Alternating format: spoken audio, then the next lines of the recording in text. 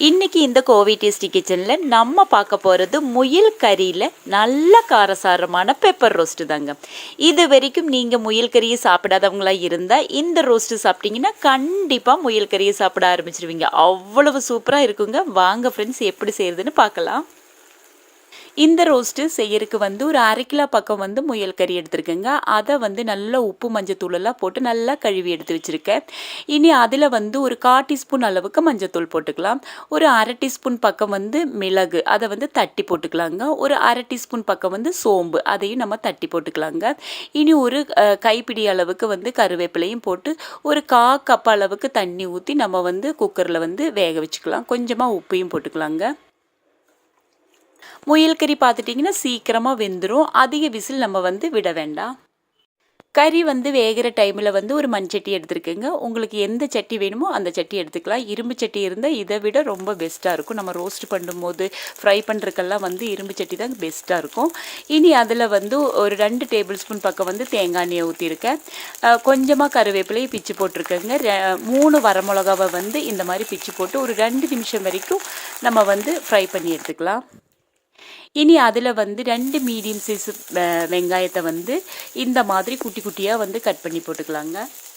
பிரியாணிக்கு போடுற மாதிரி நீளமாக கட் பண்ணி போடாமல் மட்டன் ரோஸ்ட்டு, மட்டன் கிரேவிக்கெல்லாம் இந்த மாதிரி குட்டி குட்டியாக கட் பண்ணி போடும்போது அந்த கிரேவிக்கு நல்ல ஒரு டேஸ்ட்டை கொடுக்குங்க. இனி இதை க்ளோஸ் பண்ணி ஒரு 5 நிமிஷம் வரைக்கும் நம்ம வேக வச்சு எடுத்துடலாம். 5 நிமிஷத்துக்கு மேலேயே ஆயாச்சு. பாருங்கள், அந்த வெங்காயம், வரமிளகாய் எல்லாமே ஃப்ரை ஆகி சூப்பராக வெந்து கிடச்சி ஒரு நல்ல ஒரு வாசனையை கொடுக்குது. இந்த மாதிரி செய்யும்போது ரோஸ்ட் ஆகட்டும், ஃப்ரை ஆகட்டும், ரொம்ப சூப்பராக இருக்கும். இனி அதில் ஒரு 6 பல் பூண்டு, ஒரு 6 பச்சை மிளகா, ஒரு துண்டு இஞ்சி, இதை நம்ம தட்டி போட்டுக்கலாம். பேஸ்ட்டு போடக்கூடாது. பேஸ்ட்டு போட்டோம்னா ரோஸ்ட்டுக்கு நல்லா இருக்காது. இனி அதை ஒரு ஓப்பன்லேயே வச்சுட்டு ஒரு 5 நிமிஷம் வரைக்கும் இந்த மாதிரி நம்ம வணக்க விட்டுக்கலாங்க. பாருங்கள், நல்லா ஃப்ரை ஆயிடுச்சு. இனி அதில் ஒரு 1/4 டீஸ்பூன் அளவுக்கு மஞ்சத்தூள் போட்டுக்கலாம். 1 டீஸ்பூன் அளவுக்கு மல்லித்தூளும் போட்டு ஒரு 2 நிமிஷம் வரைக்கும் நல்லா மிக்ஸ் பண்ணி விட்டுக்கலாம். இனி அதில் கொஞ்சமாக உப்பு போட்டுக்கலாங்க. ஏன்னா நம்ம கறி வேக வைக்கும்போது உப்பு போட்டிருக்கோம். அதனால் பார்த்து கொஞ்சமாக உப்பு போட்டுக்கலாம்.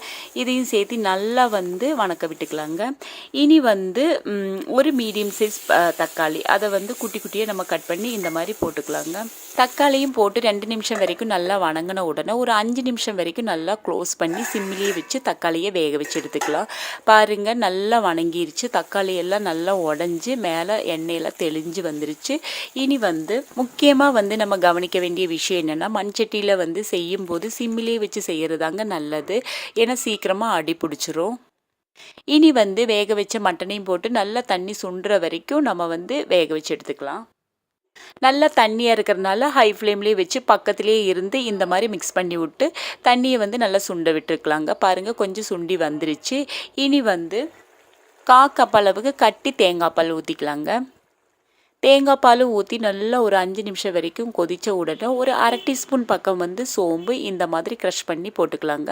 ஒரு 1/2 டீஸ்பூன் பக்கம் கரம் மசாலாவையும் போட்டுக்கலாம். வீட்டில் பிடிச்சதாக இருந்தால் நல்ல வாசனையாக இருக்கும்.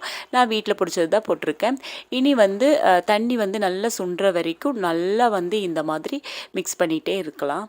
அடி பிடிக்காமல் பார்த்துக்கணுங்க. பாருங்கள், நல்ல சூப்பராக அந்த தேங்காய் பாலெல்லாம் சுண்டி எண்ணெயெல்லாம் மேலே தெளிஞ்சு வந்துருச்சு. எண்ணெயிலே எவ்வளோக்கு ரோஸ்ட் ஆகுதோ அவ்வளோக்கு இந்த ரோஸ்ட்டு பார்த்துட்டிங்கன்னா நல்ல டேஸ்ட்டாக இருக்கும். நீங்களும் கண்டிப்பாக ட்ரை பண்ணி பாருங்கள். இந்த சேனல் உங்களுக்கு பிடிச்சதுன்னா சப்ஸ்கிரைப் பண்ணவும் ஷேர் பண்ணவும் மறந்துடாதீங்க. நெக்ஸ்ட் ஒரு இன்ட்ரெஸ்டான வீடியோட பார்க்கலாம். தேங்க்யூ.